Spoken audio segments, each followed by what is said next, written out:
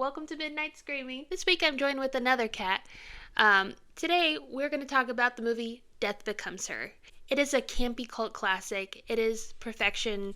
And since it's Pride Month, it's kind of considered a gay cult classic, so I thought it'd be the perfect time to discuss this amazing film. I will be doing an in-depth recap of the film, so if you have not seen it, I would suggest maybe putting this on pause, going to watch this awesome film, coming back, and joining us again. This film was released in 1992 and won the Academy Award for Best Visual Effects. It had groundbreaking new computer-generated technology in it. This was the first movie that successfully had a computer-generated skin texture. It's considered one of the biggest milestones for the special effects industry.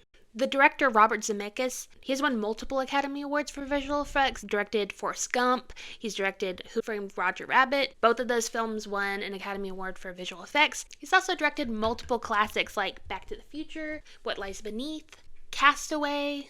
Meryl Streep also was nominated for a Golden Globe for her role as Madeline Ashton. She has said in multiple interviews, though, that she didn't quite enjoy making this film because it was kind of tedious to do with all the special effects that were involved in it. It's like a dark comedy, and it has some elements of horror in it. The basic plot is there are these two women. They have been longtime rivals, and they discover the secret to immortality. Meryl Streep plays the narcissistic Madeline Ashton. These are the moments that make life worth living. She is an actress who is very concerned with how she looks. Helen Sharp, played by Goldie Hawn, she's engaged to a famous plastic surgeon named Dr. Ernest Minville, played by Bruce Willis. When the pair go to see Madeline Ashton's new Broadway show, which is quite terrible based on the audience reactions, Ernest is captivated by Madeline's beauty, and he tries to deny his captivation, but eventually he ends up leaving Helen for Madeline, and they get married. Helen kind of goes into a rage. It causes her to gain weight. This film is pretty fat-phobic, I'll just say that. She is completely obsessed over her hatred for Madeline. You see her kind of go down the spiral. She gets evicted. She gets committed to a psych ward, where she tirelessly just talks about her hatred of Madeline Ashton. But while she's at the psych ward, she kind of gets the idea for revenge. We see on the screen another 7 years have passed. Madeline and Ernest are married, but they are completely miserable. They hate each other. Ernest has become a crippling alcoholic, and he's developed these tremors in his hands, so he's no longer a plastic surgeon, and he had to take on a career as a reconstructive mortician. Madeline is completely obsessed with finding a way to look younger and beautiful. This is now 14 years since she met Ernest. Time has passed. She is aged. She's just looking for ways to keep her youth. Madeline goes to a spa, and she gets handed this card with a mysterious address on it with not that much information, but is encouraged to go there to kind of find the answers that she seeks. She doesn't quite take it seriously, though, ripping it in half and putting it in her purse. Madeline and Ernest are invited to Helen's book party. They go. Madeline fully expects to kind of see a frumpy Helen, but she is extremely shocked to see Helen looking thinner, younger, more beautiful than ever. She's successful, she's glowing, and Madeline is extremely jealous, and she is embarrassed. She approaches her, and she's slightly humiliated by the success that Helen is getting. Everyone in the book party is ranting and raving about her new book, wondering how did she do it? How does she look so young? Madeline is extremely jealous as she watches Ernest and Helen kind of sneak away and have a discussion. Helen, who has started her revenge plot, tells both Madeline and Ernest that she doesn't blame either one of them for their betrayal, that she just really wants to see them both happy, which is a lie. Madeline goes to try to make herself feel better by going to a guy that she's having an affair with, a younger man, but he kind of rejects her, and she goes back into her car in the rain, crying, and she dumps out her purse, and she finds the card that she ripped in half with the mysterious address on it. And so she decides to go to that address and see what the guy at the spa was talking about. Madeline goes to the address and finds this insane mansion. She goes in, and she's greeted by the mysterious and very beautiful Lyle von Ruhmen, played by Isabella Rossellini. She is beautiful, she's mysterious. She claims that she can give Madeline what she's always wanted, but for a price. She introduces Madeline to this glowing potion, promises that it will give her everything that she's always wanted. She pricks her finger, puts a little bit of the potion in her hand, and Madeline instantly sees a change in her hand's appearance. So she's sold. She writes a check, and as she's writing a check, Lyle tells her that there are certain stipulations that she can live her life currently as it is now for 10 years, but then after that 10 years, she should fake her death. She should go into hiding as to avoid suspicion. Madeline drinks this potion, hoping that she'll be young and beautiful forever. But now a warning. Now a warning? Lyle warns Madeline to take very good care of her body. Madeline just kind of half listens to that part. She looks in the mirror before she leaves. She's ecstatic to see the younger version of herself in the mirror. She is so ready to live her life, and so she decides to go home. One little piece of trivia about this scene: Madeline takes the potion on exactly October 26, 1985. Which is the exact same time that Marty McFly goes back to 1955 in Back to the Future, which is also directed by Robert Zemeckis. Helen has made her way to Ernest and Madeline's house to try to seduce Ernest.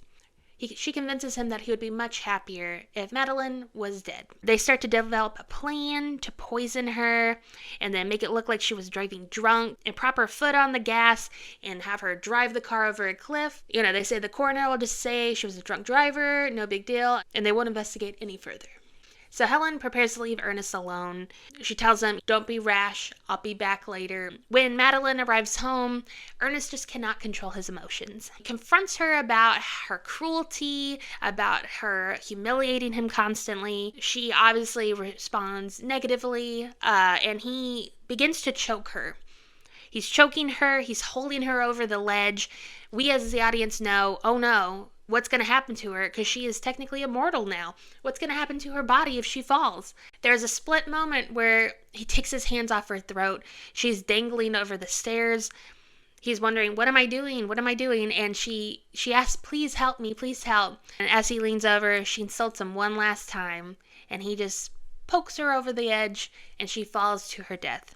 You can hear her neck snap on the way down. He assumes she is dead. She's at the bottom of the stairs. Ernest runs to the phone and he calls Helen immediately. And he's explaining to her, I did it. And of course, Helen's like, why didn't you stick to the plan that we planned out? And while he's on the phone with her, we see in the background, Madeline is getting up. But her head is backwards. Her neck is facing the opposite direction. He is shocked to see her in this state. She fixes her neck. And he decides, let's take you to the hospital. He takes her to the hospital where they learn that she has no pulse. She is cold to the touch. She is seemingly medically deceased. She faints while Ernest goes outside. He comes back and she's gone. And a nurse says, oh yeah, we took her to the morgue. Sorry for your loss. So he runs to the morgue and saves her and takes her home. And he uses his mortician knowledge to make her look normal again. While he's doing this, Helen shows up completely irritated, and she's ready to help him dispose of the body.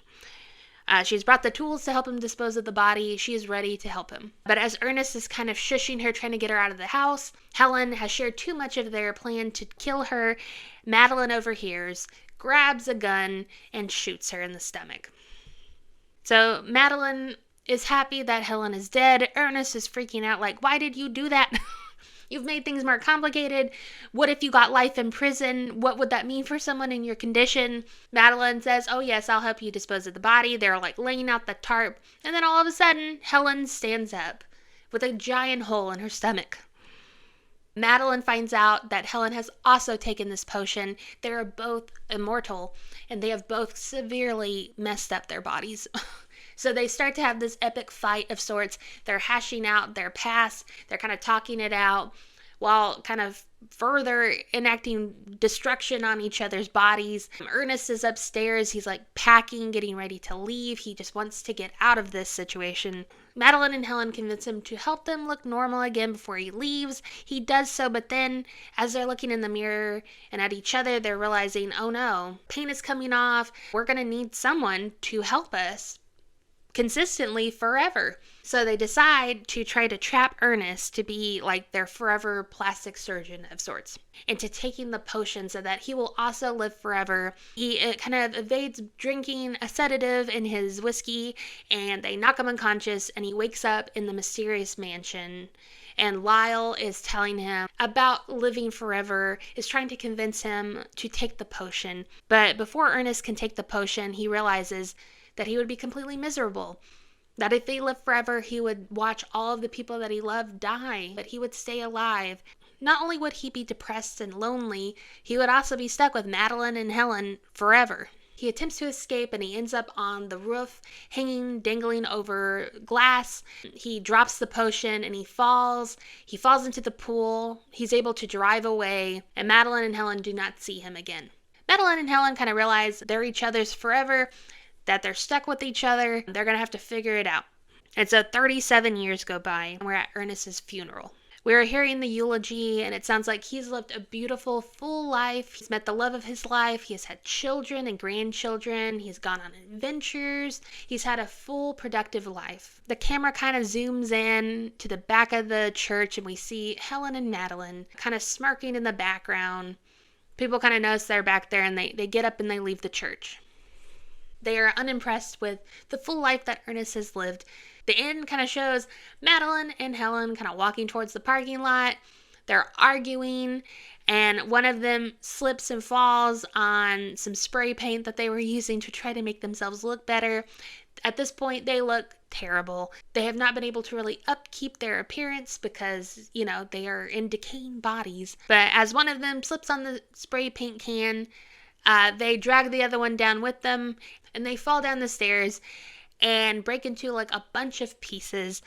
While their heads are kind of spinning on the ground, Helen asks, "Do you remember where you parked the car?" And that's how the movie ends. Apparently this was not the original ending to this film. There was a different ending that test audiences did not really care for. There's a great interview with Goldie Hawn where she's kind of talking about how she thought the original ending was more meaningful. Death Becomes Her had an ending. I think it was a much more interesting ending.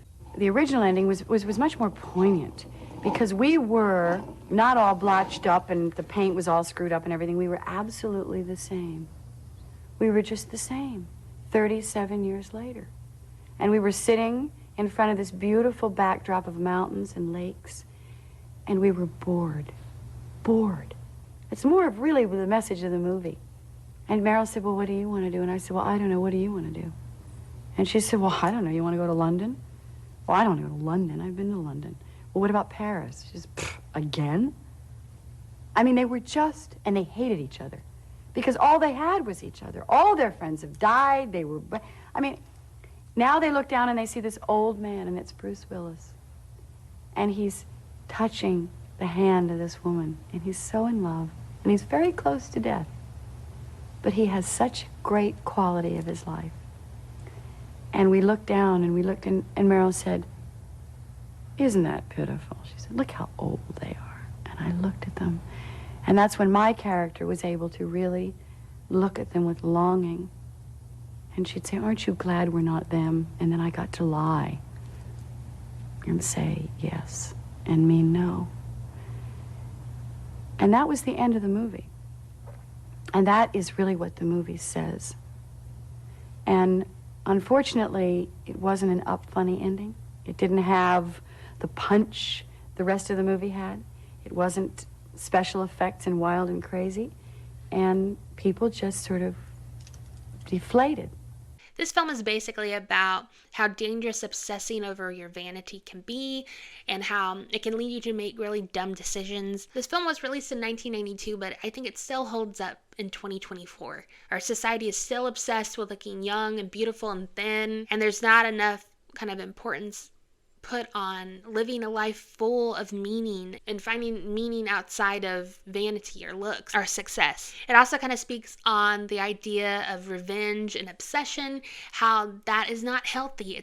We watch Helen kind of waste the rest of her life over obsessing over revenge on Madeline and Ernest. She basically wastes her life and is stuck with Madeline forever because she spent too much time focusing on how to get revenge on her and Ernest. I really love this movie. I think it's campy, it's fun. Meryl Streep is wonderful. Goldie Hawn is great. Bruce Willis is so good in this role. The special effects are quite amazing. I think it's so cool that it won the Academy Award for visual effects. Alan Silvestri did the score. I thought he did such a wonderful job. It kind of has like a cult following. It always makes me happy when I meet people who like the film as much as I do. But yeah, this is a movie I think really does hold up 30 some odd years later. The fashion in this film I think is great. If you haven't seen this movie, I highly suggest you go see it. Thanks so much for letting me discuss it. Thanks so much for watching. Please subscribe and follow my channel. I really appreciate it. Hope you all have a great week.